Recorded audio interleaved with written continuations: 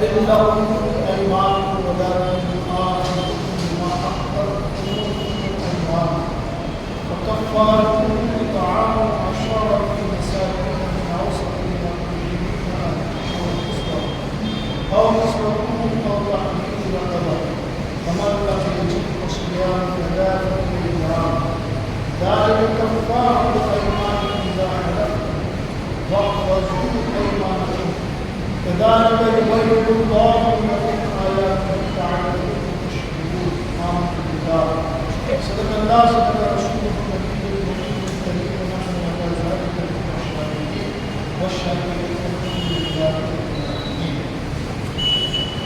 بارگاہ رسالت میں پیاری حضرت محمد کو سلام درود پاک کا دیا پیش کر اللہ صلی اللہ علیہ وسلم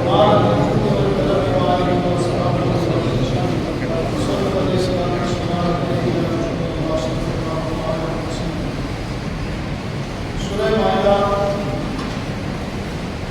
پارہ 7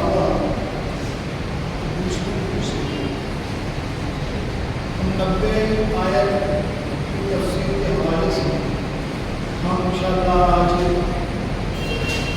قرآن مقدس کے درس کو سماعت کریں گے. بڑے بڑی ہمیں قرآن مقدس کی آیتوں کی روحانیت سے کچھ فرمائیں. اللہ قرآن ہدایت کو عظیم ترین کتاب ہے.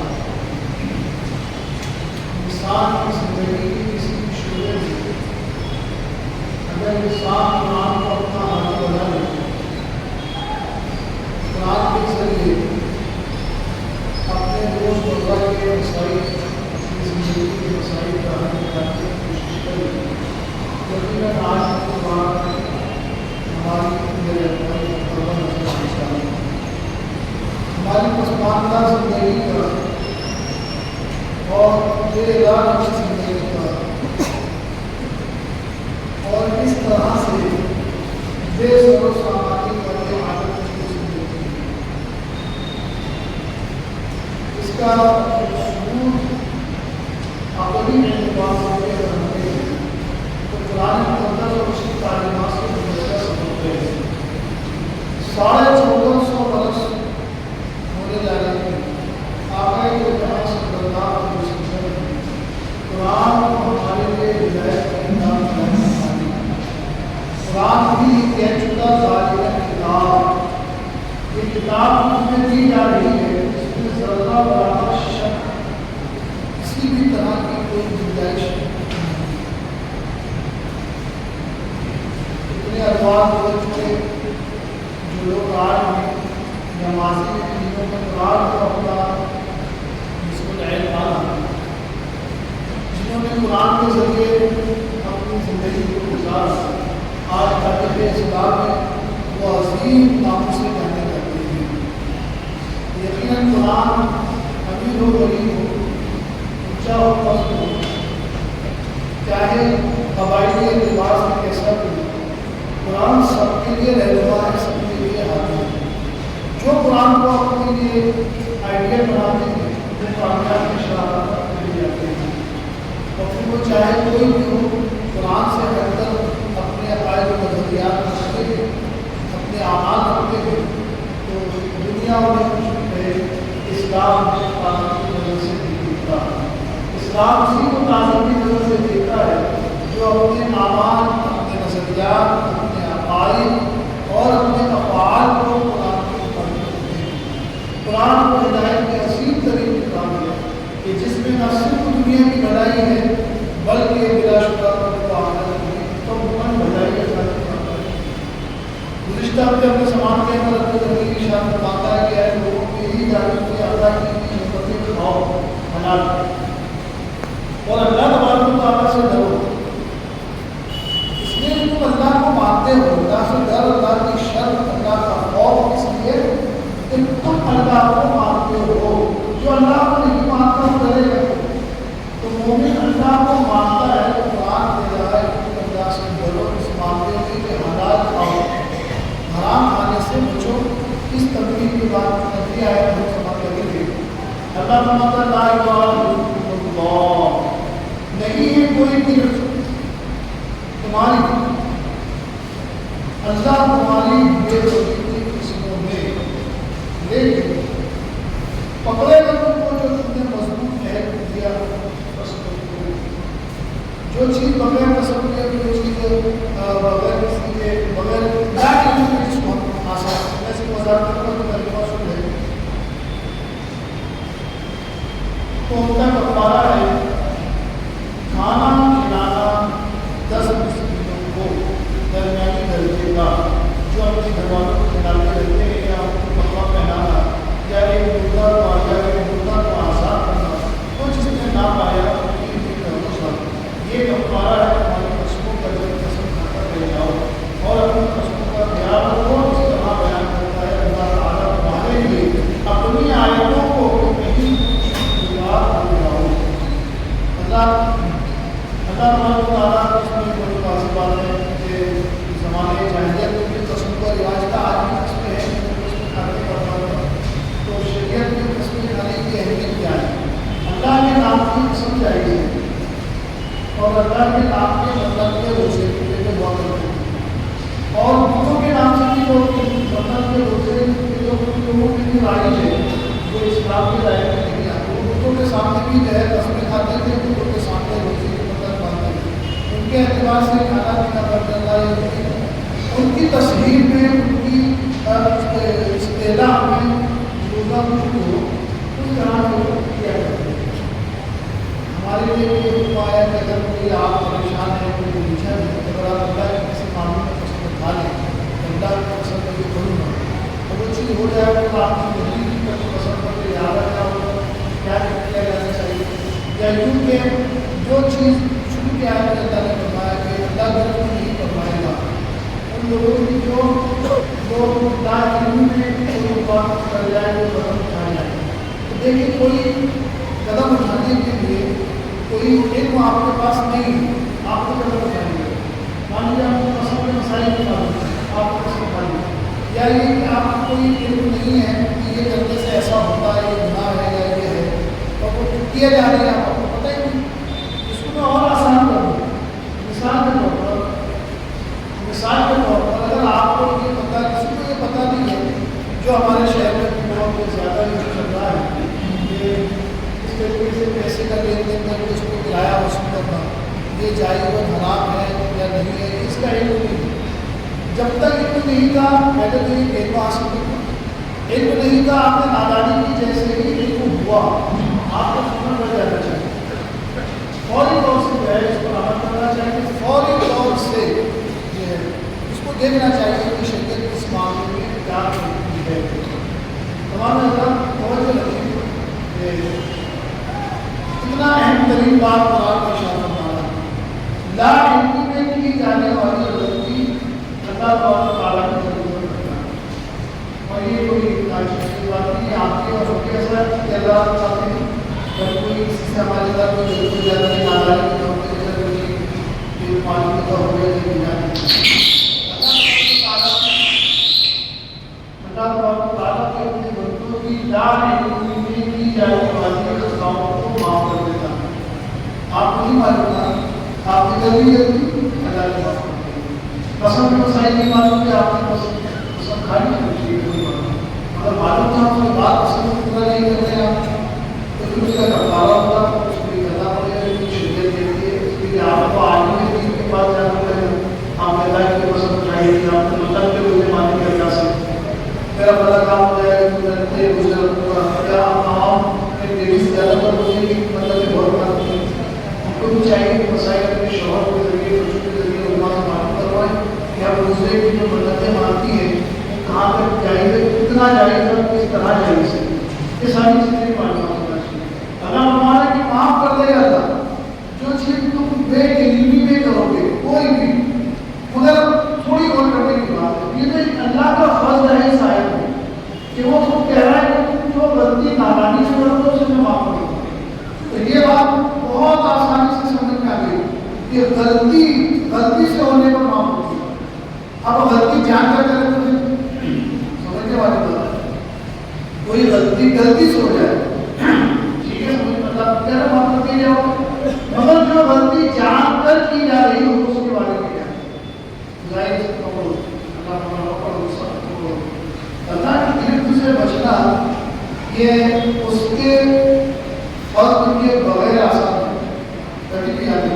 نہیں آپ اللہ کی گرفت سے آپ کا کوئی بچ نہیں سکتا. اللہ کی گرفت کیا ہے؟ یہ ایک سوال ہے ذہن کے اندر کہ اللہ کی گرفت اللہ کیسے پکڑے گا؟ اللہ کا پکڑنا کیسا؟ اللہ کیا پکڑے گا؟ کس انداز سے پکڑے گا؟ اس کی پکڑ کیا کہتے ہیں؟ اس کی پکڑ کچھ اشارے کیا ہے بزرگوں نے، حدیثوں میں بھی ہے. آپ سنیں گے تو شاید تعجب بھی ہوگا آپ کو کہ اللہ کی پکڑ ہو سکتی. آپ سنو گے تو تعجب ہوگا آپ کو کہ کیا یہ اللہ کی پکڑ ہو سکتی ہے. بعض اللہ کی پکڑ ایسی ہوتی ہے جسے ہم اپنے لیے اس کی نعمت سمجھ رہے ہوتے ہیں. ہم اپنے لیے سمجھ رہے ہوتے ہیں کہ بڑی نعمت اللہ کی ہمارے پاس، شکر کرتے رہنا چاہتے ہیں، مگر ہم نہیں سمجھتے کہ وہ پکڑ اللہ ہے. ایک دو بات نظر کرنے کا آئے لوگ آسائش کی زندگی، صبح اٹھنے کوئی پریشانی نہیں، دوپہر کو کوئی پریشانی نہیں، شام کو کوئی پریشانی نہیں، دن بہترین بستر، صبح کا بہترین ناشتہ، دوپہر کا بہترین کھانا، کوئی دقت نہیں، کوئی پریشانی نہیں، اولاد اچھی، اولاد دین پرہیزگار، بیوی پرہیزگار، متقی، نیک، خاندان اچھا، آپ اچھے، محلہ اچھا، ساری چیزیں آسائش، کاروبار اتنا اچھا جمع ہوا ہے، کوئی دقت نہیں، کوئی پریشانی نہیں، زندگی بڑی آسان سے گزر رہی ہے. ظاہر ہے کہ بندہ اپنے پریوار سے اللہ کو شکر ادا کرتا ہے کہ کسی مگر آپ کو تعلیم ہو گئی اللہ کی پکڑ ہو سکتی، اللہ کی پکڑ ہو سکتی. اللہ تبارک و تعالیٰ جب کسی کی پکڑ کرتا ہے نا تو اس نے یہ بھی ظاہر کیا ہے وہ مخفی ہے اور مخفی انداز سے پکڑ کرتا ہے. بندے نہیں سمجھ سکتے اس کی پکڑ. مگر دیکھیے اسباب کا کہنا ہے کہ آسائشوں سے بھری زندگی اللہ کی آسائشوں سے، کوئی تکلیف نہیں ہے، کوئی دقت نہیں ہے. سب کی طرف ہوتا بیمار کو چھوڑیے، سب کی طرف ہلکا کا درد بھی ہوتا ہے. اتنی آسائش ہے مگر یہ اللہ کی پکڑ ہو سکتی ہے. اللہ کی پکڑ اللہ تبارک تعالیٰ کی پکڑ ہے وہ کوئی بندہ اس کو محسوس نہیں کر سکتا. اگر یہی وجہ تو ہے، یہی وجہ ہے کہ سلاطین اسلام، علماء اسلام باوجود اقتدار کی زندگی میں رہنے کے سیدنا عمر فاروق کی زندگی دیکھیے، عبداللہ بن عمر کی زندگی دیکھیے، صدیق اکبر کی زندگی دیکھیے، عثمان غنی کی زندگی دیکھیے، حضرت مولانا علی کرم اللہ وجہہ الکریم کی زندگی دیکھیے، اور بھی دیگر جتنے اسلامی سلاطین گزرے پرہیزگار متقی لوگوں کی زندگیاں دیکھیے کہ انہوں نے اتنی آسائش ملنے کے بعد بھی زہد و تقوی کو نہیں چھوڑا، زہد و تقوی کو نہیں چھوڑا.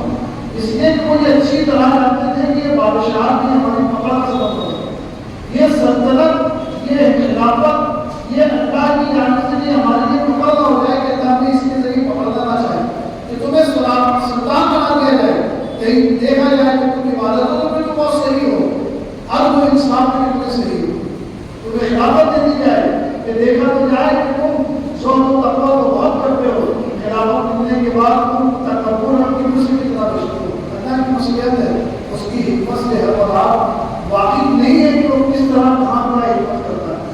تو اللہ تو حکمت والا ہے. اللہ کی پکڑ بڑی مضبوط پکڑ ہوتی ہے. جب وہ پکڑتا ہے تو معمولی سے معمولی چیز پکڑتا ہے. ایک اور بات بتا کے آگے بڑھوں کہ اللہ تبارک و تعالیٰ نے فرعون کتنا جاہل تھا، کتنا جاہل تھا، کتنا ظالم تھا. مگر آپ کو معلوم ہو اس کے بارے میں آپ پڑھیے گا فرعون کی کہ فرعون کھلانے میں بہت صحیح تھا. فرعون کے اندر ایک عادت تھی تو اپنی رعایا کو کھلاتا رہتا، کسی بھوکا نہیں رہتا تھا. اب یہاں اس کی تعریف تھی کہ آپ کو اخلاقی اعتبار سے بتا رہا ہوں کہ کسی کو کھانا کھلانا اچھا کام ہے نہیں، کوئی بھوکا ہو اس کو کھانا کھلانا اچھا کام ہے. تو ظاہر ہے فرعون میں یہ کام اچھا کہ وہ کسی کو بھوکا نہیں رہنے دیتا. ایک مرتبہ حضرت موسیٰ کریم اللہ موسیٰ علیہ السلام نے اللہ سے سوال کیا کہ پروردگار میرا دشمن ہے اور تیری دشمنی کھل کے کرتا ہے، تیرا انکار کرتا ہے اور اپنے آپ کو خدا کرتا ہے، تو تو اس کے لیے کوئی پکڑ نہیں کرتا، اس کے لیے تو پکڑ کر اس کی طاقت بہت ہے، بہت اوپر اس کا حاوی ہو چکا ہے.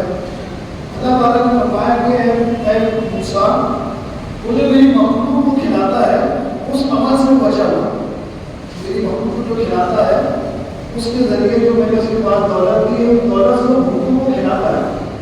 تو آپ کو معلوم ہوگا کہ اللہ تعالیٰ نے جب یہ چاہا کہ اب فرعون کو سوال پر لایا جائے تو فرعون کے کچھ وزیر ایسے پیدا کر دیے اللہ نے جس نے خود وزیروں نے فرعون کو یہ مشورہ دینا شروع کیا اتنا کھانے کی کیا ضرورت. دھیرے دھیرے کھانا بند ہوا.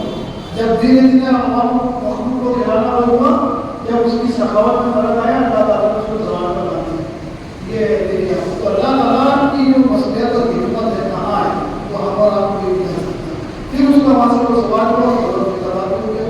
مگر آپ دیکھیں کہ اس کی تباہی کی دنیا پر اس نے خدائی دعوت کے اس لیے اللہ نے اس کو تباہ کر دیا نہیں. وہ اپنے وقت کے موسیٰ حضرت موسیٰ علیہ السلام سے لڑ رہا تھا, اس لیے اللہ تعالیٰ نے اس کو تباہ کر دیا نہیں. بلکہ آپ قرآن کی تفسیر بھی دیکھتے, حدیث بھی دیکھیں, آپ کو معلوم ہوگا کہ اللہ تعالیٰ ظالم کو پسند نہیں کرتا. وہ جو لوگ اس کو خدا نہیں مانتے تھے ان پر وہ اتنا ظلم بھی کرتا تھا. تو ظلم کی وجہ سے اللہ تعالیٰ نے اس کے تو بہت ساری غلطیاں تھیں, اس سب کو چھوڑ کر ایک غلطی کو لا کر تو وہ ہے ظلم. ظلم اللہ کے معاف نہیں کرتا. تو ظلم میں کی بہت ساری مصیبتیں میں بیان کروں گا. اگر ایک چیز اللہ جب پکڑتا ہے تو اس کی تباہی کے لیے کوئی ایک پکڑ کافی ہوتی ہے. اللہ تعالیٰ یہ بھی پکڑے گا, وہ بھی پکڑے گا, اس کے لیے یہ سب ہے.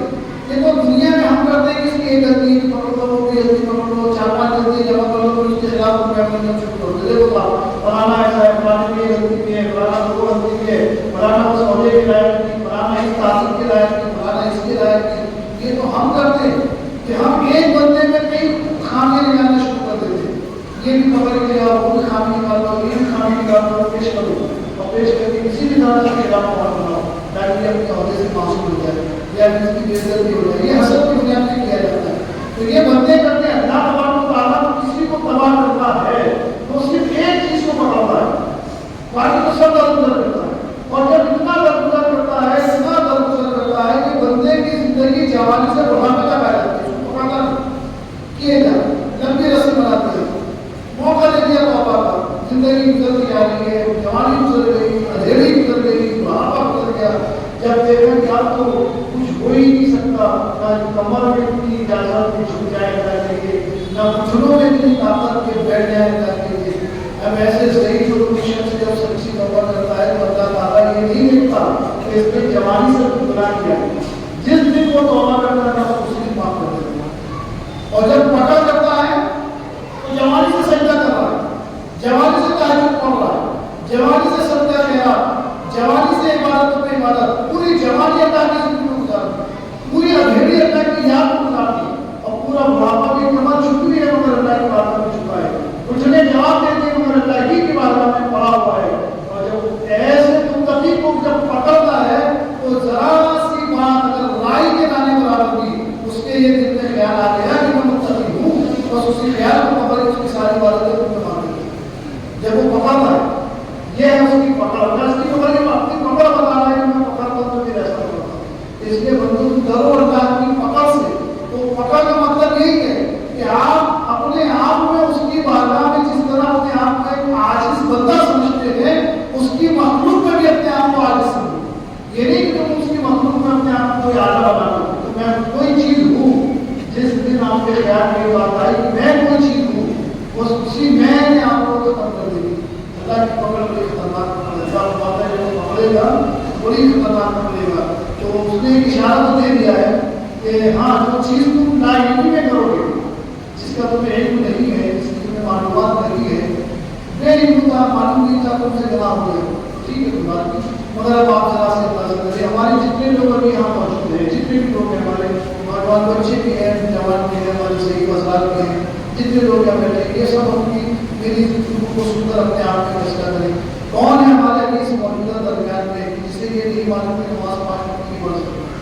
اس کے کوئی حل نہ کیا جا سکتا ہے بچے کے درمیان میں کہ کوئی یہ کہہ دے کہ مجھے معلوم نہیں 5 نماز پڑھ سکتا, کوئی کہہ سکتا ہے ہمارے پیچھے, مگر آپ بتائیں پڑھتے کتنے اپنے پیچھے. تو یہ آپ جان کر کر رہے ہیں کہ نادانی میں کر رہے ہیں. اللہ کیا کہہ رہا ہے کہ میں اس کو نہیں پکڑوں گا جو اللہ کی علم میں غلطی کرتا ہے, جس کو معلوم نہیں ہے غلطی ہوگی ٹھیک ہے میں معاف کر دوں گا, اور جان کر کروں گا تو پکڑوں گا. اللہ نے کہا اب ہمارے درمیان میں کون ایسا نوجوان, کون ایسا 8-10 سال کا بچہ, 12 15 16 18 20 22 25 سال کا نوجوان, یا کون ایسا 50-55 سال کا ادھیڑ, یا کون ایسا 70 80 75 سال کا صحیح, اسے یہ نہیں معلوم کہ 5 وقت نماز فرض ہے, پڑھی ہوئی ہے.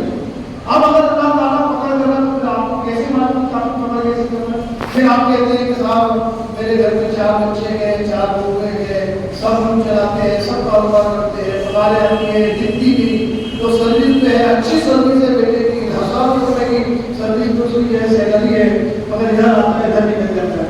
آپ بول رہے ہیں کہاں ہے 80,000 روپے مہینے کی پگاریں کی، ایک 100 لاکھ کی جاب کرنے والے بندے 50,000 40,000 30,000 ہر ہفتے کی 4,000 3,000 پگار اٹھانے والے گھر کے جتنے لوگ ہیں سب کما رہے، سب 3,000 روپے 2,500 روپے ہفتہ لانے کے باوجود سب کوئی بیماری میں مبتلا ہے، کوئی تنگی میں مبتلا ہے، کسی کے قرضہ چڑھا ہوا ہے، کوئی سود کے قرض میں پریشان ہے، کوئی بینک کے قرض میں پریشان ہے، جمع سب رہے ہیں اور سب کی کمائی گھر میں آ کے پریشان بھی سب ہے.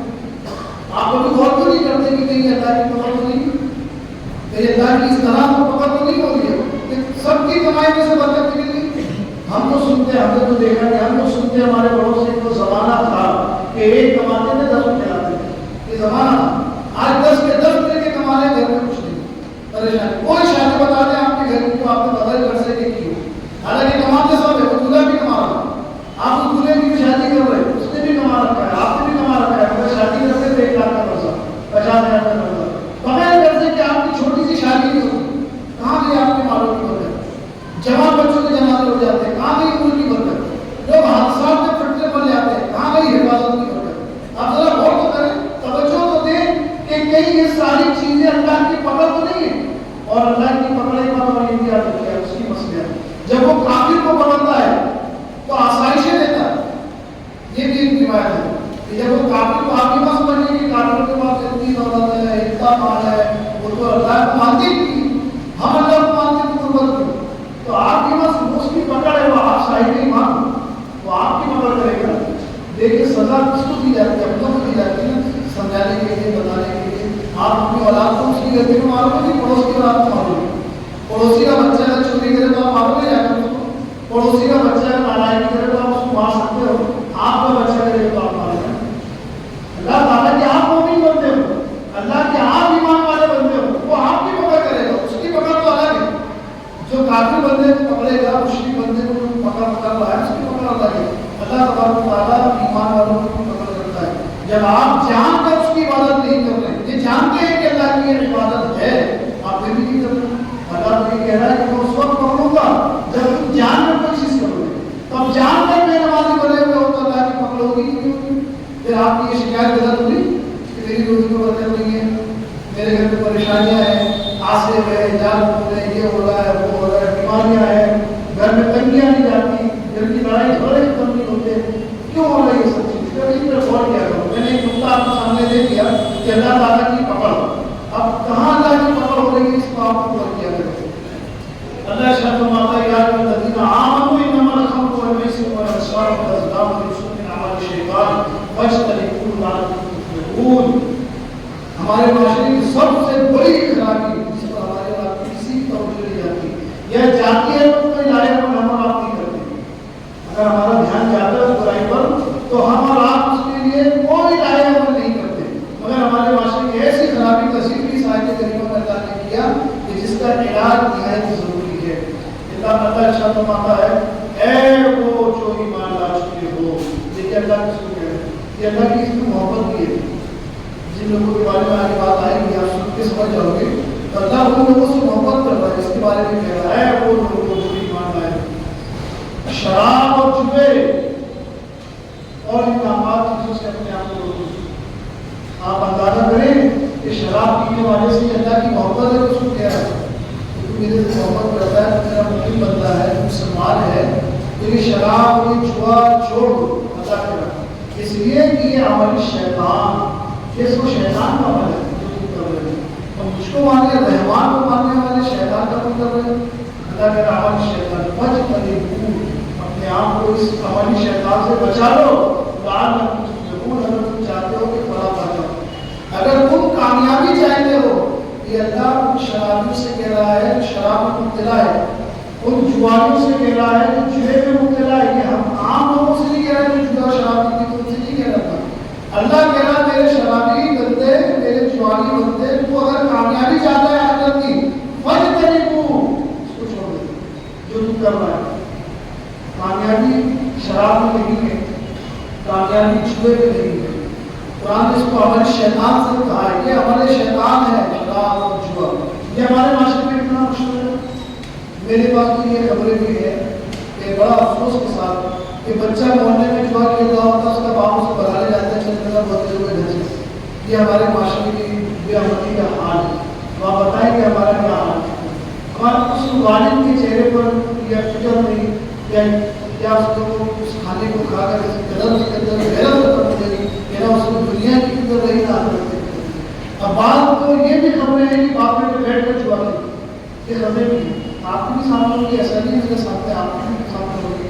تو آپ دیکھیں یہ ہمارے معاشرے کے حالات ہیں اور ہمیں مسجد اقصی آزاد کرنے کی فکر۔ اب غور کرنے کی بڑی چھپتی کی باتیں، بڑی چھپتی باتیں، ہمیں اپنے اقتدار پانے کی نہیں، ہم چاہتے ہیں کہ مسجد اقصی سے دعاؤں سے آزاد ہو جائے، ہم چاہتے ہیں کہ بس دعائیں کرنے سے مسجد اقصی جو ہے مسلمانوں کے ہاتھ میں آ جائے، باقی کچھ کرنا نہ پڑے، ساری چیزیں بس دعاؤں سے ہو جائے، ساری چیزیں فیس بک اور واٹس ایپ پہ چلانے سے، موبائل پر دینے سے، دعائیں کرنے سے، بس سب چیزیں اسی سے ہو جائے، عمل سے کچھ نہیں ہوتا۔ بس گھر میں بے برکتی ہو تو 5 لوگوں کو بلا کے قرآن خوانی کرا تو گھر کی بے برکتی چھپ جائے گی، بھلے آپ گھر میں بے نمازی بنے رہیں۔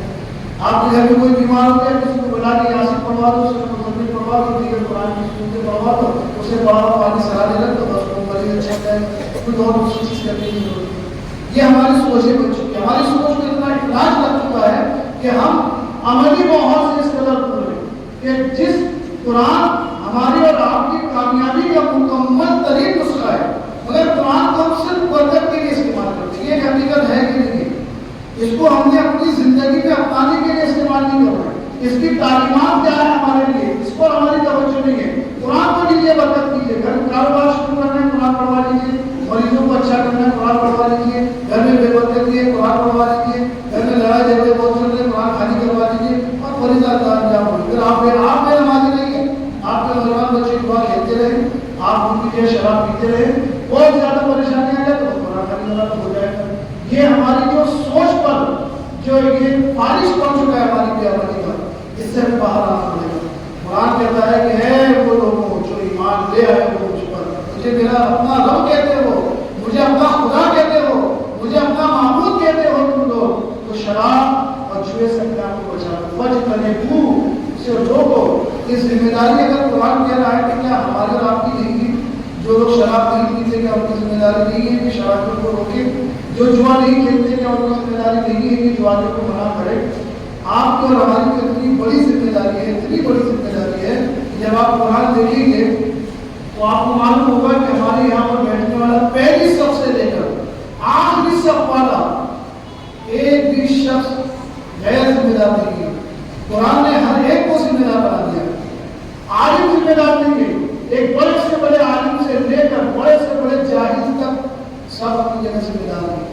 بڑے سے بڑے مفکر سے لے کے بڑے سے بڑے بےحس تک سارے لوگ ذمہ دار ہیں۔ میں اپنے آپ سے نہیں کہہ رہا ہوں، قرآن کہتا ہے کنتم خیر امۃ اخرجت للناس یأمرون بالمعروف وینہون عن المنکر، تم ایسی امت بنائے گئے ہو کہ جس کے ذمے اسلام کی تبلیغ اور دعوت پر کر دیا اور بلغوا عنی ولو آیا۔ اللہ کے رسول کہتے ہیں ایک بات میں اگر تم سنو تو دوسروں تک پہنچاؤ۔ ذمہ دار بنا دیا کہ اللہ کے رسول نے آپ کو، تو اس کے لیے عالم ہونا، امام ہونا، مفکر ہونا، بڑا ہونا کوئی ضروری نہیں، پہلے سب میں بیٹھنے والا ہی کرے یہ سب ضروری نہیں۔ ایک ایک مسلمان، اگر آپ قوم کے ذمہ دار نہیں ہو تو کم سے کم اپنی بیوی کے ذمہ دار ہو، اگر آپ قوم کے ذمہ دار نہیں ہو تو اپنی اولاد کے ذمہ دار تو ہو، اور اگر آپ اپنی اولاد کی بھی ذمہ داری نہ ہو تو خود اپنے آپ کے ذمہ دار تو ہو۔ کیسے غیر ذمہ دار ہو آپ؟ کوئی غیر ذمہ دار انسان نہیں، ہر شخص اپنے آپ ذمہ دار ہے۔ اور اگر معاشرے کو اچھا بنانا ہے تو جتنے لوگ میری بات کو سن رہے ہیں قرآن کی آیت کے حوالے سے، تو میرے اس پیغام فکر کو بھی قبول کر لیں کہ آپ صرف اپنے آپ پیدا ہو رہے ہیں، صرف آپ اپنے آپ کی فکر کر لیں، اپنے پریوار کی فکر کر لیں۔ ہر شخص اپنے گھر کی فکر کر لے کہ میرے گھر میں میرے ساتھ رہنے والا میرا بھائی، میرا بھتیجا، میرا بھاجا، میرا بیٹا، میرا نواسا، میرا پوتا، میرے جو بھی رشتے دار ہے، یہ شرابی نہیں ہونا چاہیے، یہ جوانی نہیں ہونا چاہیے۔